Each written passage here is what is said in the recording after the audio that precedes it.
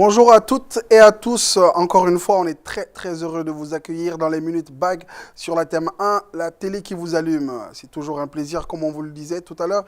Aujourd'hui, on est très heureux de recevoir quelqu'un qui travaille le fer qui semble dur, mais lorsque cette personne pose ses mains sur ce matériel, il devient immédiatement dynamique.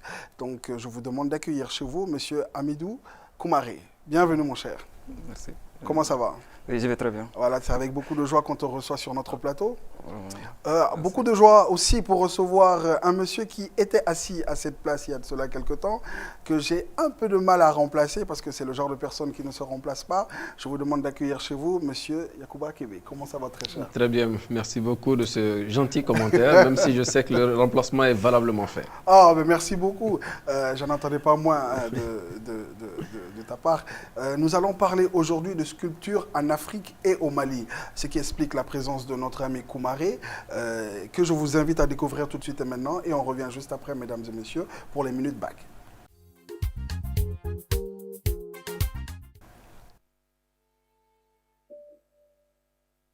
Ce métier m'a choisi plutôt pour moi, voilà, parce que mon père est sculpteur, il est prof d'art plastique aussi. Et ce métier m'a choisi depuis tout petit. Hamidou Koumaré se présente comme un enfant forgeron. Mère est noble de voix et père est forgeron d'Afrique. Quand on parle de forgeron, ben, ça veut tout dire. C'est tout ce qui concerne la sculpture. L'artiste fait comme métier la sculpture et il enseigne son savoir-faire au Conservatoire des Arts et Métiers du Multimédia Balafa Seke Kouyaté de Bamako. C'est une école d'art, les mouvements, il y a trop de mouvements ici. Okay, c'est ça qui m'impressionne. Il y a une section qu'on appelle la section de danse. Okay? C'est la seule école où on forme les gens à danser. Okay? Quand je vois les filles en train de danser, les étudiants en train de danser, les mouvements, les gestes, les expressions, c'est ça qui m'impressionne, qui m'intrigue un peu. Et au retour dans mon atelier, j'essaie de retravailler ça à ma manière. Hamidou a consacré une série de sculptures dédiées à la représentation de la femme. Il s'inspire donc des interprètes de la danse contemporaine de sa génération et il retranscrit à sa manière leur vitalité tout en exprimant leur combativité. Je ne pas trop loin pour m'inspirer. Okay?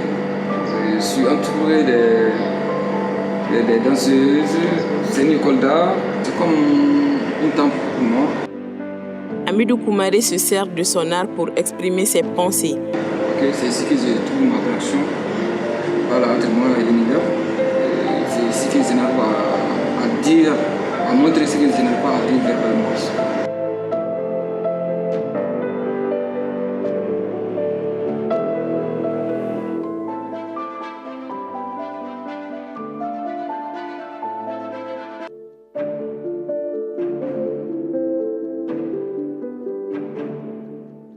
L'artiste a d'autres collaborateurs à l'interne tant bien qu'à l'international. La famille est tellement grande, il y a beaucoup de galeries qui est ma famille. Il y a après l'atelier M qui est ma famille, il y a l'atelier Badjala qui est ma famille, il y a les galeries internationaux, voilà. Il y a des parents à Boula Konaté, après il y a Kisiriki de Burkina Faso. Il y a mon papa aussi, il est magnifique avec moi, même souvent c'est dur, voilà. Faisant parler de son talent à travers ses œuvres, il participa à de nombreuses expositions, notamment le festival sur le Niger au Mali, Ségou Art, la Biennale Dakar au Sénégal. Oui, j'ai commencé à participer à des ateliers depuis tout petit quand j'étais encore élève ou étudiant. Pourquoi j'ai dit que voilà, ce métier m'a sauvé, c'est pas moi qui l'ai sauvé. Parce que j'ai beaucoup travaillé avec mon papa. Okay. J'ai commencé très tôt à participer au festival sur le Niger, c'est passé à Ségou. Après à Dakar, c'est pas au Sénégal, okay. En Chine aussi, et au Maroc. Et après, un peu en France, j'ai un peu tourné.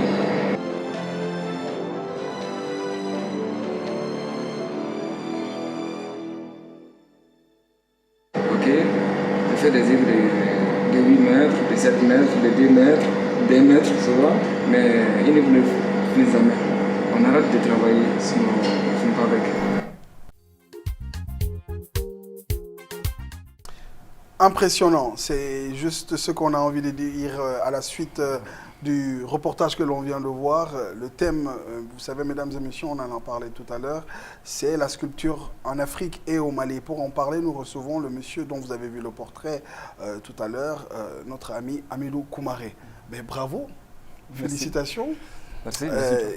La question que j'ai envie de te poser tout de suite et maintenant, c'est qu'est-ce qui s'est passé pour que vous décidiez, après être né Noumou, avec un parent qui travaille dans l'enseignement, qui travaille dans la sculpture, et de continuer dans le même chemin et de réussir à continuer à faire des choses qui nous impressionnent? Qu'est-ce qui s'est passé? On s'est dit à un moment donné, je vais faire comme papa, mais je vais faire plus que lui, ou autant que lui. Qu'est-ce qui s'est passé? Qu'est-ce qui se passe dans la tête du jeune homme de 10, de 9 ans, ou de 15 ans, ou de 16 ans qui décide de choisir ce chemin-là? Koumaré. Ok, merci Diop, pour répondre à cette question, je dirais que depuis 4 ans. Hein, Ah bon, je n'osais pas aller depuis 4 ans, parce que moi je me rappelle jusque-là. des œuvres que j'ai déjà réalisées quand j'avais 4 ans, je me rappelle. Très bien. Voilà, j'étais avec ma grand-mère qui faisait la poterie, la céramique au village. Ok. J'ai participé à des foires où je vendais des œuvres, des petits objets à 10 francs. Ok. Pour l'argent de récréation. Wow, ça c'est une anecdote. Hein. Ouais. Et c'est depuis là que c'est arrivé. C'est commencé. Les hommes me disaient que Dengera Faye. Ouais. Et ça, c'est des choses qui t'ont toujours motivé, qui t'ont toujours accompagné. Bien sûr. Et à aucun moment tu t'es dit je vais faire autre chose. Ça a toujours été ça. Ça a toujours été comme ça. Ben, voilà. Ça m'amuse beaucoup. J'ai pas envie de faire d'autres choses. Ouais. Je suis à l'aise avec la sculpture. Voilà. Ça va. Très bien. Yacouba Kébé. Oui. Très heureux de te recevoir encore une fois. Merci, mon cher. C'est difficile de te présenter, hein. Donc, mais je pense qu'on va essayer de rester dans le prisme du producteur et du scénariste. Et du scénariste. Et moi, je sais juste que tu es un grand homme de culture, J'essaie. grand homme de lettres, parce qu'il y a plusieurs Kébé dans Monsieur Kébé. Mais c'est un fait, et c'est tout à ton honneur et pour Merci notre encore. plaisir. Et donc, quelle réaction vous avez quand vous voyez un peu ce reportage-là? Bon, je sais que vous connaissiez M. Koumaré depuis un certain moment. Absolument. La preuve, ses œuvres apparaissent dans notre générique. Absolument. Très bien. Donc, et quelle réaction vous avez quand vous voyez son travail? La première, c'est que je suis très impressionné par cette capacité à tordre et à distordre le fer pour donner vie pratiquement à ce fer-là. Et puis la seconde, c'est plus une question, parce que habituellement, quand on parle de sculpture, on a tendance à voir ou le bois, ou il a parlé de céramique, ou la poterie, ou encore les roches, et ainsi de suite. Donc je suis vraiment impressionné par ce travail-là. Et la question, j'allais la poser, mais je pense que vous l'avez déjà posée, c'était de savoir pourquoi le faire. Mais bon, je pense que il y a toute une histoire familiale et naturelle qui l'envoie presque vers cela. Très riche. Exactement. Mais on a envie de dire que, bon, on va parler de manière familiale. Nous et Fer ont toujours marché ensemble, on va dire ça. Est-ce que c'est quelque chose Est-ce qu'il y a une autre dimension à cela? Parce que quand on parle des forgerons, qui est votre ethnie, on dit que c'est comme ça, vous êtes forgeron, vous êtes Noumou. Donc, est-ce qu'il y a une autre dimension ou c'est juste cette envie, volonté de l'enfant de faire comme son père, de toucher cette matière qu'il a toujours connue, qu'il transporte? C'est venu comment?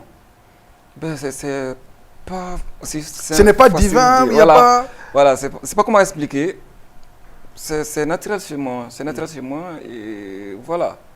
Quelque chose qui est naturel, c'est difficile d'expliquer ça. C'est difficile d'expliquer, ouais. On ne sait pas comment est-ce qu'on a appris à marcher. Voilà. C'est très bien. Voilà. C'est très bien. Ben, on va essayer de nous recentrer un peu sur notre sujet. On parle de sculpture en Afrique et au Mali. Donc, avant de donner la parole à M. Kébé, qui pourrait avoir une vision un peu plus large, à titre personnel, est-ce que tu sens que comment tu te sens en tant que sculpteur au Mali et en Afrique? Est-ce que c'est un métier qui est reconnu, que ce soit d'abord au niveau du monde des arts et de la culture au Mali et même au niveau d'une vision un peu plus globale des gens autour de toi? Vous savez, la sculpture au Mali, d'abord au Mali, est connu, mais inconsciemment. Ok. Ok, inconsciemment parce que voilà, quand on emprunte les rues de Bamako, les ronds-points, on voit les sculptures. Ah ouais. Ok, communément appelées les monuments, sinon c'est les sculptures. Exactement. Voilà. Et moi, bon, je suis dedans depuis tout petit. Je suis né dedans, grandi dedans. Je suis en train de vivre dedans. Ça m'apporte beaucoup de choses, nationalement en fait. Et internationalement aussi, ça va. Ça va, ça fait partie de l'art premier. L'art premier, Ouais, la sculpture. effectivement, ouais. Voilà. Ça apporte beaucoup. Et le regard des gens, est-ce que quand tu arrives quelque part, tu dis oui, je suis Hamidou Koumaré, sculpteur, et comment ça se passe? Comment est-ce que c'est perçu? Bon, il y a... C'est un peu ça... Les regards, c'est différent. C'est différent. Ok, ouais, il y a d'autres qui m'apprécient, qui me regardent positivement, qui sont d'accord avec moi, avec les talents, les petits talents que j'ai, et puis qui connaissent un peu ma valeur comme Kébé.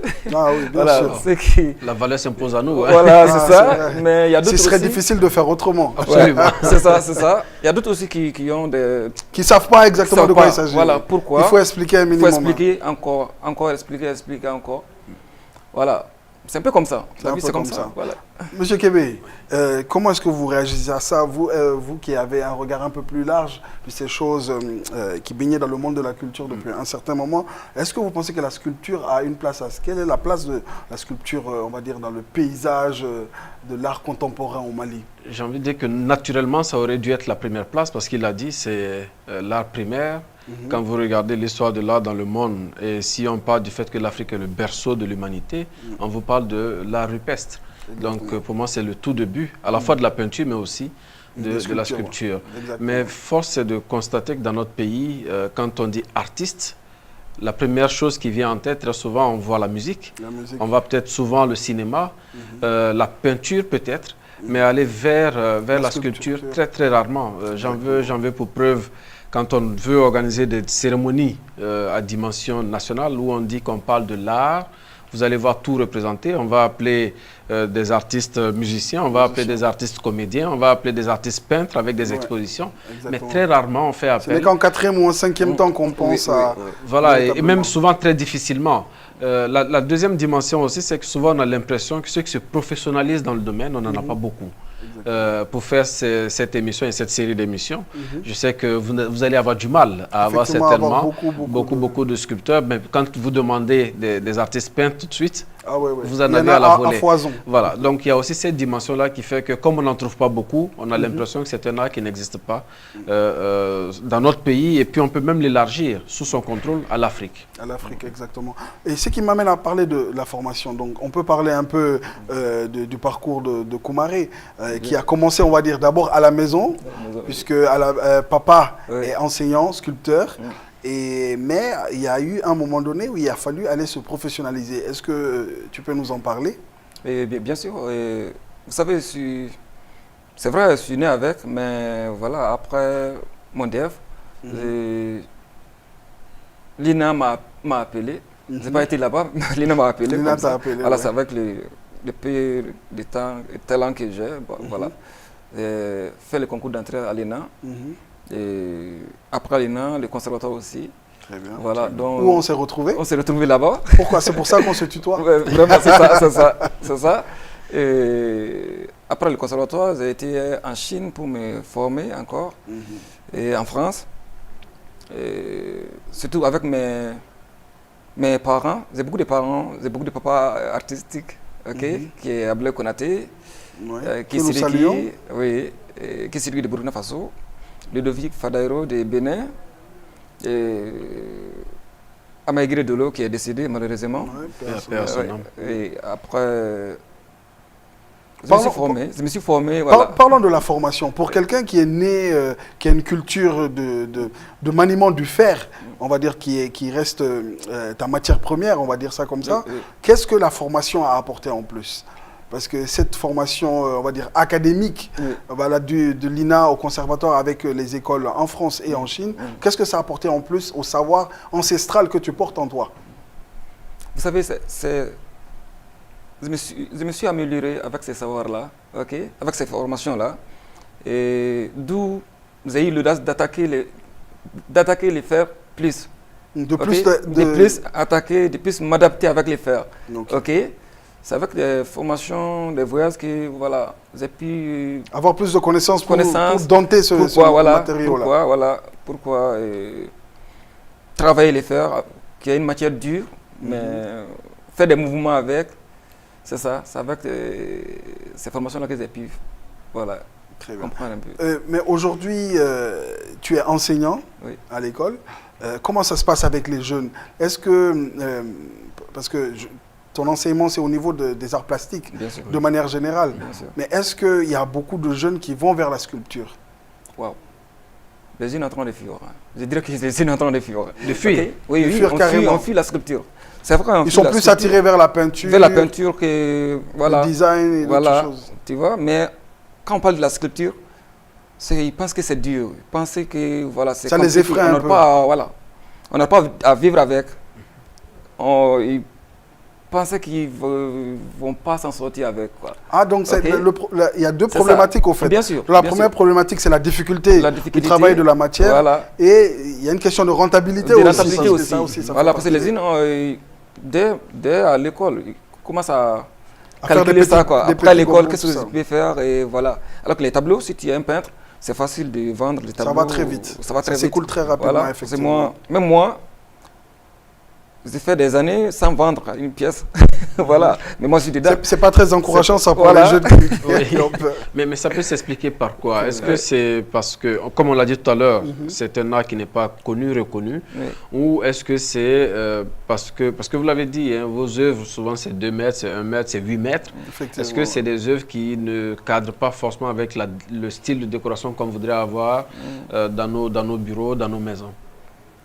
Je dirais que même si, c'est pas, il y a une autre raison. Oui, dites-nous. Voilà, il y a une autre raison qui fait que la sculpture ne marche pas comme la peinture. C'est pas parce qu'ils ne sont pas bien formés. Ah. Donc ça veut dire que là, ce que j'entends, enfin ce que je crois comprendre, c'est que ceux qui font la sculpture ne sont pas aussi bien formés qu'ils devraient l'être. Bien sûr. C'est ça ou c'est parce que il n'y a pas une véritable promotion autour de la sculpture? Comment est-ce que vous expliquez cela? Bon, il y a... Ou bien il y a les deux? Les deux à la fois. Les gens ont peur et puis voilà. On n'investit pas aussi trop. On n'accompagne pas, on n'encourage pas beaucoup. On n'accompagne pas. Justement, voilà, M. Kébé, est-ce qu'il ne faudrait pas plutôt mettre en place une politique de promotion de... Parce qu'on en a parlé tout à l'heure, les monuments, tout ça c'est de la sculpture, exactement. Est-ce qu'il ne faudrait pas essayer de redescendre à une échelle moins, on va dire, nationale pour encourager un peu le secteur? Absolument. Qu'est-ce que vous en pensez? Non, je pense que, comme vous le dites, hein, une fois que vous prenez les monuments, par exemple, c'est la question encore de l'éducation à l'art. On vous parle du monument, on vous parle de l'histoire qui a amené à ce monument, le monument de l'indépendance, on vous dira que c'est à cause de l'indépendance, mais personne ne vous dira l'artiste qui est derrière. Personne ne va vous dire d'où est-ce qu'il tire son idée, personne ne va vous dire pourquoi est-ce que c'est cette forme-là. Cette forme-là, d'où est-ce que ça vient? Personne ne va s'intéresser à cela. Alors qu'on peut aujourd'hui, au niveau de nos établissements, je ne parle même pas des établissements spécialisés, hein, l'INA, le conservatoire, c'est des établissements spécialisés, mais au niveau de nos écoles, dans le primaire, on doit pouvoir raconter l'histoire de ces monuments-là, pas forcément à travers le prisme historique, mais aussi avec le prisme artistique. Ça peut permettre de faire un premier travail à ce niveau. Mais je pense qu'il y a un deuxième travail aussi d'éducation à l'art, à l'endroit de ceux que moi je peux appeler les mécènes de l'art.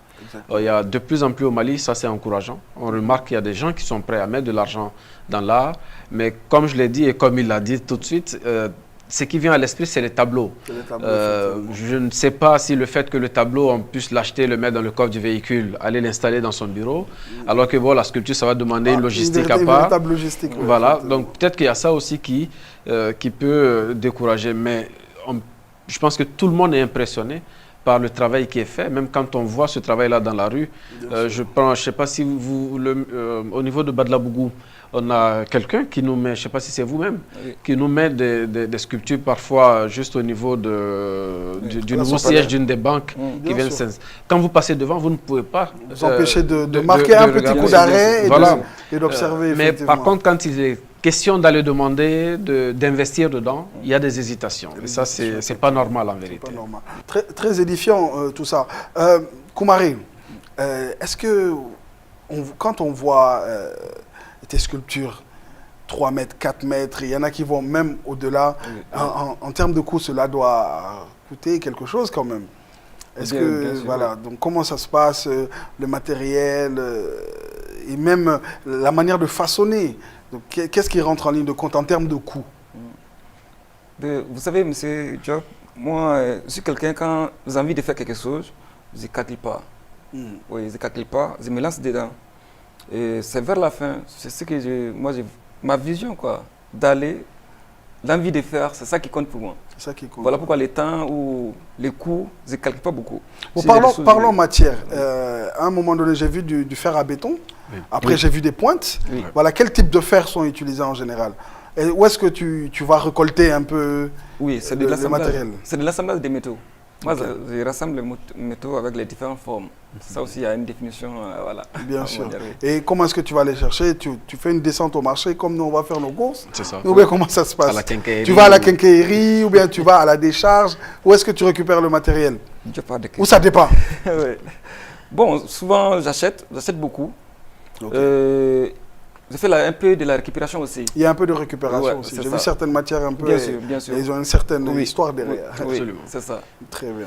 Mais sur le coût, il y a quand même un élément qui est assez intéressant, c'est que c'est du fer. Ça coûte de l'argent de l'acquérir. Et on sait que le fer, comme les matières minières, un peu comme l'or, un peu comme le diamant, sur le cours mondial monte. Il y a des impacts ici.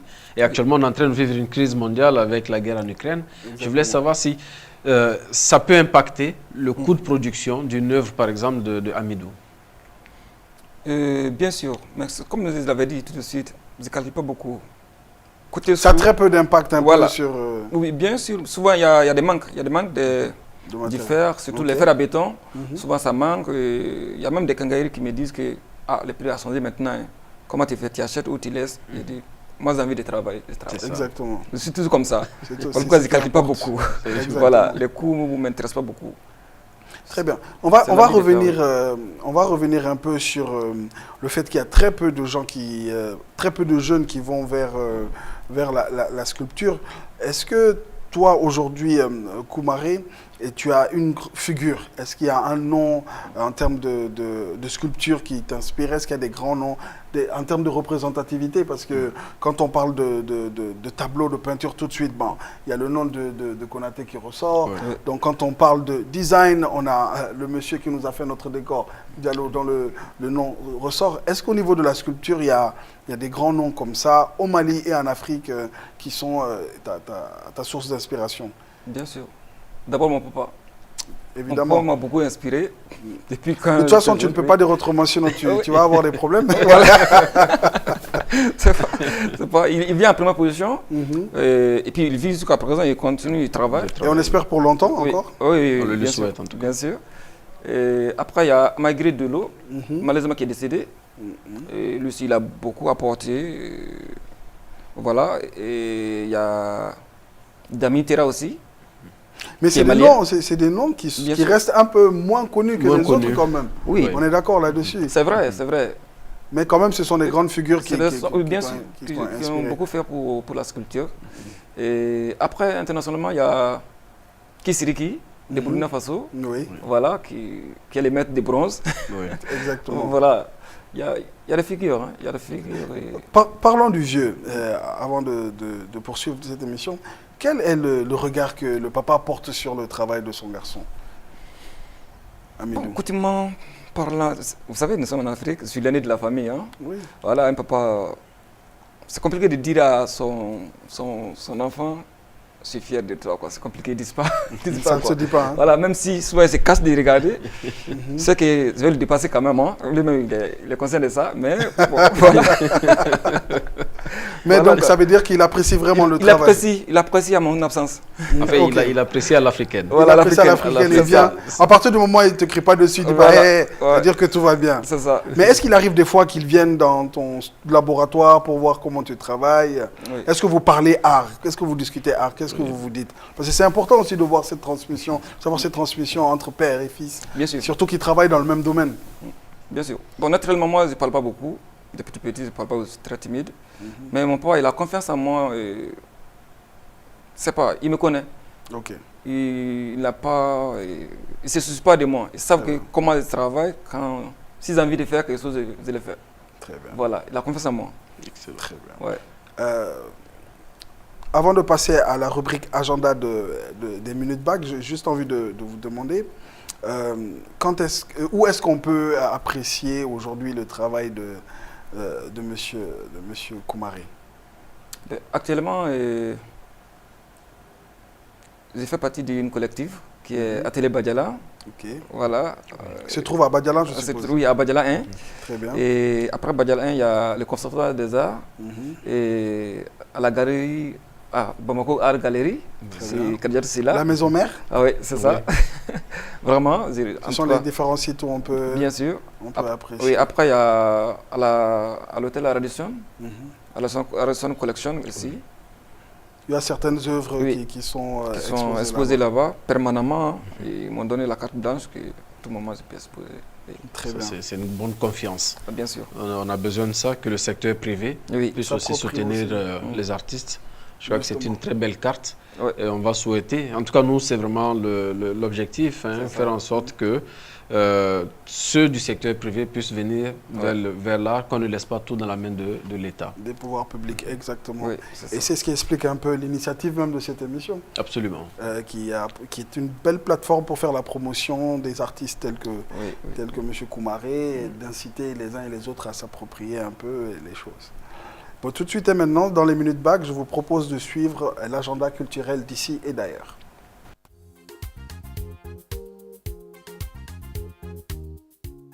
Bienvenue dans l'agenda de Minute Bag. Dans l'actualité nationale, l'exposition Kabel Djema d'Abiba Yaï Keïta restera visible jusqu'au 30 avril 2023 au Blabla à Hippodrome. Une exposition mettant en avant des femmes d'une beauté singulière. Massira Touré nous fait voyager à travers son exposition Djamako qui restera ouverte jusqu'au 30 avril 2023 à l'Institut français de Bamako. Vous êtes conviés à Bamako Art Gallery pour le vernissage de l'exposition Mana par Mariam Nyari et Korka Kasuge qui se tiendra le samedi 29 avril 2023 à 16h. Ne ratez surtout pas l'ouverture de cette exposition hors du commun.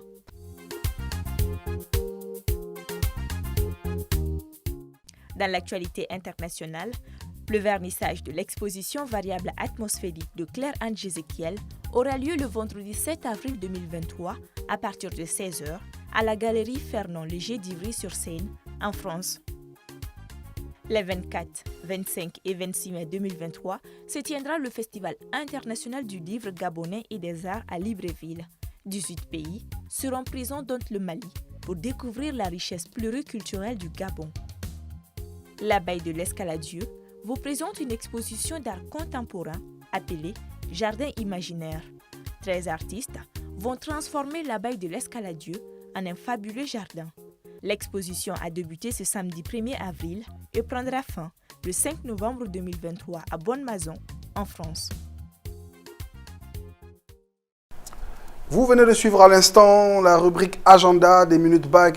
Nous sommes de retour sur ce plateau pour parler de sculpture en Afrique et au Mali. Et pour cela, nous avons le plaisir de recevoir M. Yacouba Kébé, qui est producteur, scénariste, entre autres, je le précise, parce que monsieur a, on va dire, beaucoup de casquettes, on va dire ça comme ça. Quelques-unes seulement. Non, beaucoup de casquettes et pour notre plus grand bonheur. Et nous recevons également un sculpteur sur du fer, on a envie de dire, puisque c'est un noumou, c'est-à-dire depuis toujours ses ancêtres ont travaillé ce métal et lui, il a décidé d'en faire son travail, mais de manière artistique, pour notre plus grand plaisir, comme j'aime si bien le dire. Encore une fois, merci à tous les deux. Merci de nous avoir partager ces quelques minutes avec nous. Monsieur Koumaré, on a vu dans le reportage que vous avez eu l'occasion de sortir un peu du Mali, d'aller au Sénégal, d'aller au Burkina et même ailleurs. Est-ce que c'est possible de nous dire comment est-ce que, quand on sort en tant que sculpteur malien, comment est-ce que notre travail est perçu à l'étranger et comment est-ce qu'on perçoit le travail des autres à l'étranger par rapport à ce qui se passe chez nous? Ça fait 2 questions, ou 3 dans une. À la fois, hein. À la fois, mais c'est à l'aide. Voilà. Et puis j'ai commencé à te vous voyez, tu as vu. C'est-à-dire vrai. qu'on a franchi un cap, hein? Ok. Ou bien. C'est ça, c'est ça. Bon, heureusement, vous avez la chance de sortir quand même, hein, d'aller participer à des symposiums, à des festivals. Bon, je commence à côté d'ici qui est le Burkina Faso, et le symposium international de sculpture. Hein. Très bien. Voilà, j'ai été parmi les sélections. Vous savez, la manière dont on voit la sculpture au Burkina, ça m'a un peu, je sais pas, ça m'a un peu surpris quand même. Hein. Ah bon? Là-bas, au Burkina Faso, l'État accompagne beaucoup les jeunes artistes. Oui, l'État les accompagne, vraiment. Alors qu'ici au Mali, il n'y en a pas ça. Ce n'est pas assez. Ce n'est pas assez. J'ai dit pourquoi. Ça m'a beaucoup inspiré. J'ai dit pourquoi. Alors que quand on voit les sculpteurs maliens à l'étranger, les gens sont contents parce qu'on voit le talent qui est là. Le talent qui est là, mais la visibilité manque beaucoup. Et l'accompagnement manque beaucoup. Il faudrait un peu plus d'accompagnement, sinon il y a le talent, il y a le travail. C'est ça, sur le talent est malien, quoi, je dirais. Parce que là où je passe, on me félicite. On dit, mais toi, tu es jeune comme ça, mais pourquoi tu as la main? Voilà. Mais il fallait leur expliquer que c'est né, c'est dans mon sang. C'est inné, c'est vrai, c'est inné. Mais il y a des, tu sais, il y a des talents, même si c'est inné, si tu n'arrives pas à valoriser ou à accepter, créer une connexion, c'est pas facile, quoi. Voilà.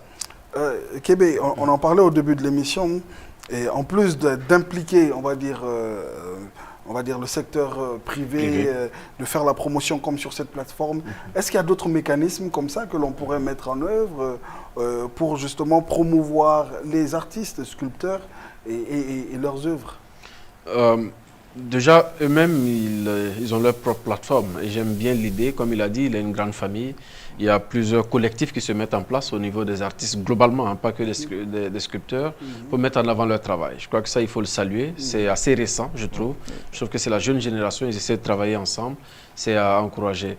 Maintenant, vis-à-vis des pouvoirs publics, comme vous étiez en train de dire tout à l'heure, moi, je pense que de plus en plus, il faut penser à créer des mécanismes de financement qui auront, quand je parle de mécanisme, c'est que c'est des financements qu'on va donner à l'artiste, de sorte à ce que ce mécanisme-là reste automatiquement refinançable. Qu'est-ce que je veux dire par là?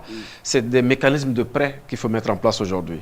Je sais qu'à une certaine époque, il a été question de créer au Mali ce qu'on avait appelé la banque de la culture, avec un système qui était tout simple, hein, c'est du revolving.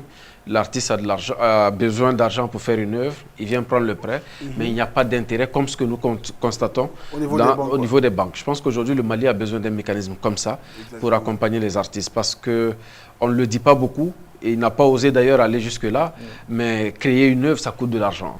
Acheter tout le matériel, ça coûte de l'argent. Il faudrait qu'il y ait un dispositif pour le mettre à disposition justement de ces artistes-là. Et on sait qu'ils ont du talent, donc ce sont des œuvres qui ne vont pas rester dans leur tiroir.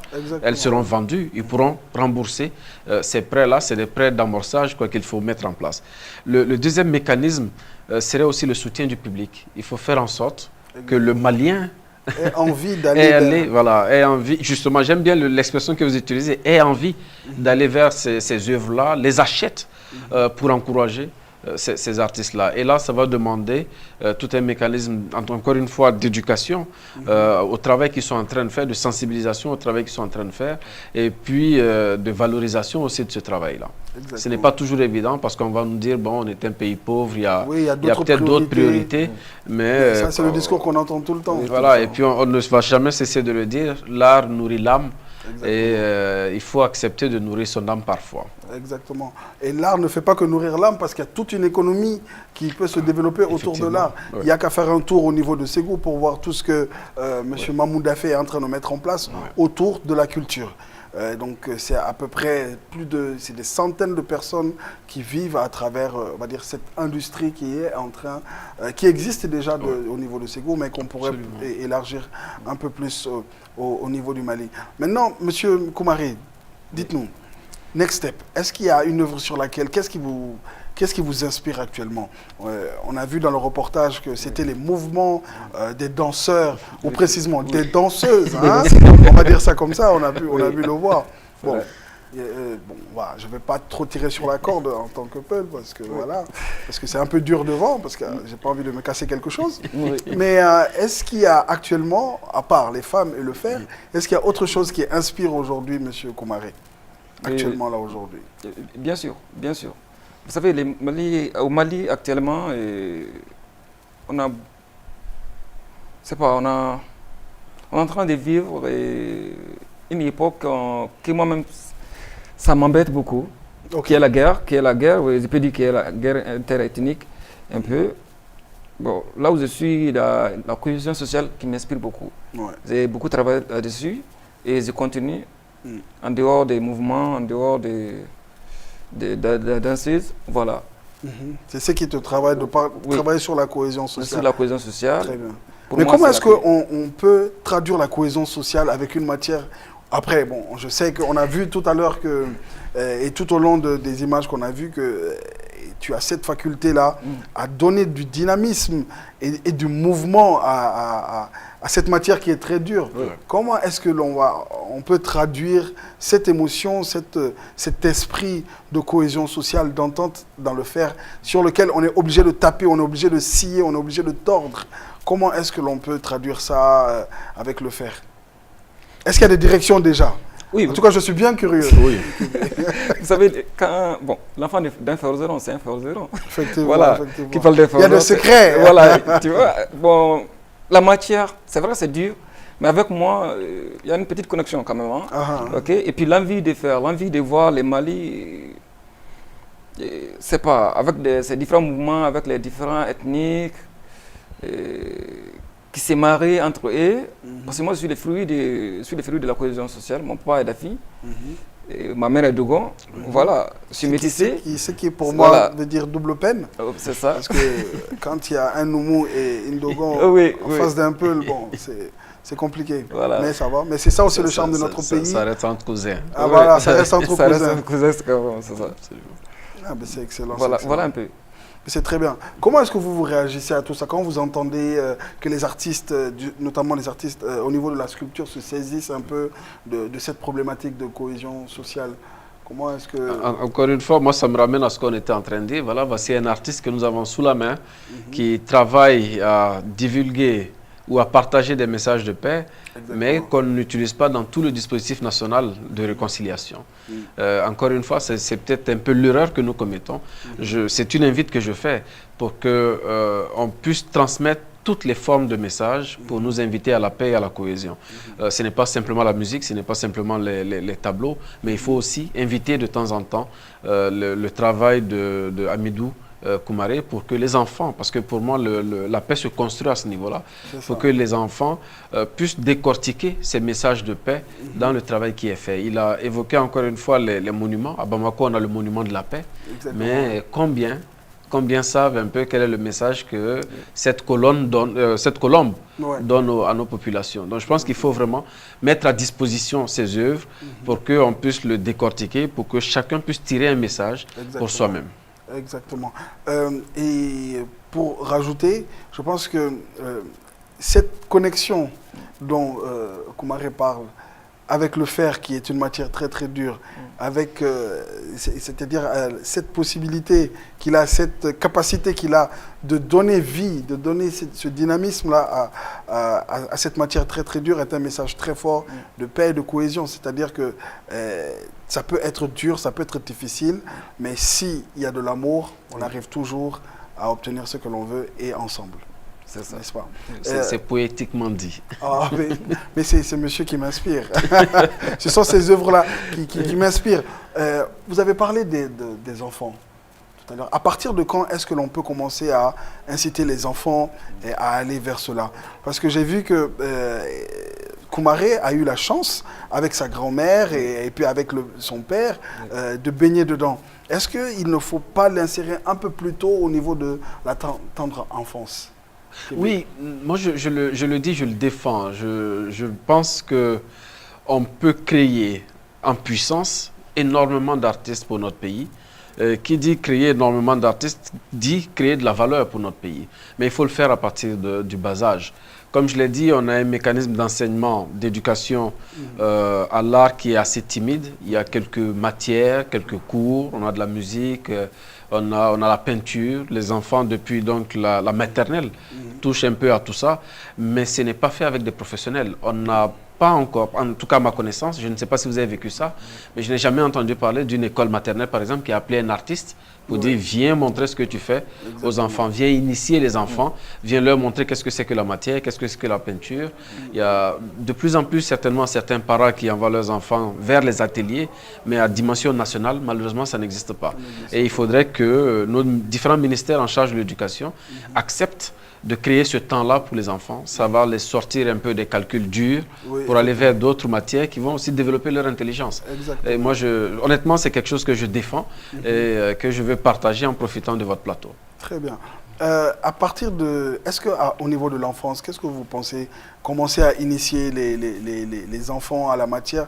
Parce que moi, je me souviens, à l'école primaire, nous, on a eu fin des années 80, à l'école primaire, il y avait les kermesses où on nous demandait de fabriquer quelque chose et d'amener. Et donc, je me souviens que la première fois où j'ai travaillé de la matière, c'était du papier mouillé. On fabriquait des assiettes ou des choses comme ça. Bon, déjà là, on met un peu la main à la pâte. Bon, malheureusement, ça s'est arrêté. Et heureusement pour la culture, je n'ai pas été bon frère parce que je n'aurais pas pu aller aussi loin. Donc, est-ce qu'il faut commencer aussi bas? Qu'est-ce que toi, tu en penses, Koumaré? Comme M. Kébé a si bien dit, c'est ça, il faut... Vous savez, la sculpture, c'est une initiation. Il faut initier l'enfant dès sa bas âge. Et puis, vous savez, auparavant, pour connaître l'enfant, pour connaître l'avenir de l'enfant, si tu donnes l'argile et lui laisser de faire quelque chose avec, tu peux produire directement. À travers l'argile, tu peux produire directement son avenir. Ah d'accord. Ah oui. Donc, j'apprends, je viens de l'apprendre là. Culturellement, oui. Culturellement, c'est ça. Voilà. L'enfant doit apprendre à être manuel dès sa base âge. Voilà, donc il faut l'insérer. Voilà, il faut l'insérer déjà à l'école et puis organiser des rencontres bien sûr. Avec les enfants. Ils sont réceptifs. Est-ce que tu as déjà eu l'occasion de discuter, toi, avec des enfants comme ça, de 10 ans ou de moins de 10 ans à peu près sur la... Bon, c'est ce que j'ai fait. J'ai pas eu ce sens-là d'abord. Voilà. D'accord. Il faudrait l'expérimenter. Peut-être dans le cadre du collectif, du collectif Badjalan, il faut voir comment vous pouvez aller vers les écoles. Si les écoles ne vous font pas appel, comment aller vers les écoles pour faire comprendre que c'est aussi une dimension à prendre en compte dans la formation des enfants. Donc que les artistes puissent venir peut-être une fois par mois ou chaque 2 mois, initier les enfants à toucher ces différentes matières-là, à décortiquer le travail que vous faites. Ça va être difficile pour eux parce que même nous, à nos âges, quand on regarde ce travail-là, on se pose énormément de questions. Mais au moins, c'est un premier exercice qui peut leur être utile à questionner en fait l'art que vous êtes en train de pratiquer. Bien sûr. On a parlé du père, on a parlé de l'artiste. Maintenant, on va parler, bon, pas des enfants, mais on va parler des cadets.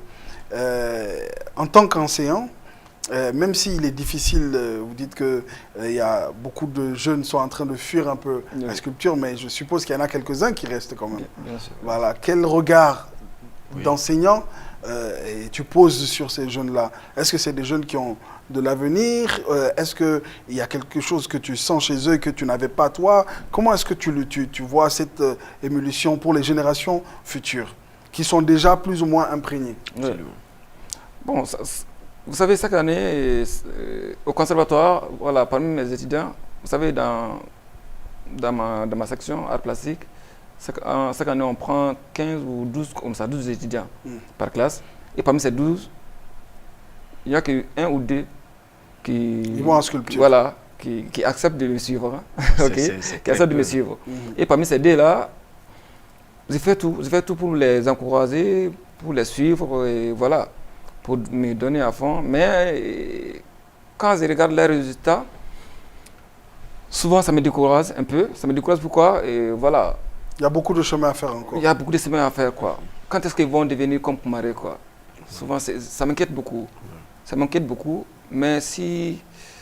Mais qu'est-ce qui explique cela? C'est parce qu'ils ne sont pas très investis ou bien ils n'ont pas eu cette formation de base que toi tu as eu avec la famille? Oui. Ou alors c'est par rapport même à la situation du pays? Oui. Qu'est-ce qui explique cela? Ou bien c'est juste parce qu'ils n'ont pas de motivation? Ou bien... C'est une éducation. Ils n'ont pas eu cette éducation comme moi j'ai eu, quoi. Ok, dès leur bas âge, quoi. C'est ça. Voilà, l'art, on est avec l'art. C'est ça, quoi, tu vois. Mais quand tu n'es pas trop éduqué dès tout petit, c'est pas facile. C'est pas facile. Même si tu as le courage, il y a quelque chose qui manque. Ouais. Voilà. Et qu'est-ce qu'on peut faire pour que cela évolue un peu? Il faut dans le cadre, on va dire, dans le cadre de la transmission de savoir. Est-ce qu'il y a qu'est-ce que l'on peut faire, toi, en tant qu'artiste, en tant qu'enseignant? Oui. Qu'est-ce que l'on peut faire pour ces jeunes-là? Parce qu'on ne va pas laisser quand même... non. C'est notre ça combat. relève. C'est notre combat. C'est notre combat. Et puis, ne soyons pas méchants. Quand j'ai choisi d'échanger avec ces jeunes-là, c'est pour partager. Okay? Je ferai tout pour les soutenir. D'ailleurs, même je continue. Même, c'est pas... Pour avoir la main comme moi, c'est pas facile, mais il y a d'autres chemins. Je les pousse à aller vers ces chemins-là, qui est la récupération. Oui. Parce que dans la sculpture, il y a la récupération. Et il y a tellement de médiums dedans. Voilà, je les encourage d'aller vers ces médiums-là un peu. Est-ce que ça marche? Est-ce qu'il y a eu des choses qui t'ont marqué? Bien sûr. Ça marche. Il y a d'autres même qui me font des cadeaux, quoi. Vraiment, merci, vraiment, je suis reconnaissant. Des sculptures? Bien sûr. Ah, ben c'est excellent. Bien sûr. Actuellement, ils exposent nationalement et internationalement. Oui. Ah, ben c'est très bien. Ouais. Donc ça veut dire que la relève est un peu assurée. Presque, hein? Ouais. Presque. je sens la rigidité un peu, mais je pense que ça c'est d'éducation, parce que si papa ne dit pas que ce que tu fais c'est bien, donc c'est difficile pour toi de dire... Mais c'est une manière d'aimer aussi. Hein. Les Noumous sont un peu durs comme ça aussi, les forgerons c'est un peu comme ça. En tout cas, merci beaucoup pour ces confidences. On sait que ce n'est pas très facile pour M. Koumaré de parler, il a plus d'aisance à tordre le fer, à manier le fer, à lui donner vie. Et avant de nous séparer, en attendant de les retrouver, parce que pour se retrouver, il faut bien se séparer. Monsieur Kébé, est-ce que par rapport à notre thématique et par rapport à toutes les discussions qu'on a eues, est-ce qu'il y a un dernier message, un mot le dernier, c'est la dimension Afrique, parce que quand vous avez annoncé le thème, vous avez parlé de la sculpture au Mali en Afrique. Inviter vraiment nos artistes à aller à la conquête de l'Afrique. Il a dit, le travail qu'ils sont en train de faire est apprécié partout dans le monde. Donc je pense qu'on n'a pas intérêt à rester cloisonné dans les murs du Mali. Il faut aller à la conquête des différents pays, à la conquête des différents espaces qui s'offrent à vous, parce que je suis convaincu de plus en plus que l'artiste malien a de la valeur à revendre. Et la dernière chose, si vous me permettez, c'est de faire en sorte que nos artistes puissent travailler avec les cabinets d'architecture. Je trouve cela inconcevable qu'on ait des artistes de talent, des sculpteurs de talent, et que les cabinets d'architecture ne leur courent pas après. Pour moi, c'est vraiment inconcevable. Donc, les inviter à trouver le moyen de se retrouver et travailler ensemble. C'est une excellente idée, ça. Peut-être qu'il va falloir associer les sculpteurs au salon de l'habitat ou inviter les architectes dans les expositions d'art. Ça, c'est... L'idée est encore plus magnifique. Non, on a juste matérialisé ce qui est sorti. Monsieur Koumaré, encore une fois, merci pour ce partage. Est-ce qu'il y a un dernier mot, un dernier message que vous souhaiterez adresser à qui vous le souhaitez? Bon, moi, j'invite les jeunes artistes, surtout, les artistes sculpteurs, de continuer, de persévérer. Voilà, l'art ne paye pas tout de suite, mais voilà, l'art a de l'avenir. Je les encourage, quoi. C'est ça. Voilà. Mais est-ce que l'artiste n'est pas payé à travers juste le fait d'avoir réalisé son œuvre même en quelque sorte? Et ça, parce que ça nourrit l'âme et le regard des autres, effectivement. Et c'est un très, très bon message. Mais juste avant de vous libérer, j'ai envie de vous demander, est-ce qu'il y a une collaboration que vous avez envie d'avoir? Est-ce qu'il y a quelqu'un avec qui vous rêvez de collaborer? Bien sûr. Qui, par exemple? Bon, sinon, oui, il y en a beaucoup. Il y en a beaucoup. Mais on peut avoir quelques noms quand même. Ouais. Parce qu'on D'abord, a il y parlé tout à l'heure de collaboration, oui, bien sûr. sculpture et sculpteur et Architecture. architecte. Est-ce qu'il y a un architecte ou il y a un sculpteur ou bien un autre plasticien avec qui vraiment M. Koumaré a envie d'être en connexion comme il est avec son oui, frère. je vois. Il faut le dire, il réalise des vœux, lui. Peut-être que j'ai une baguette magique cachée. N'est-ce pas? Tout de suite, il y a Sek Diallo, qui est un grand designer. Il y Très a Abdoulaye Konaté, un grand peintre. Oui. Voilà. Il y a des galeries. Ok, par exemple, il y a Art Gallery qui est bien. là. Voilà. Il y en a beaucoup. Donc l'ouverture est là. Ouais. C'est ça. C'est ça. Mais très bien, très bien.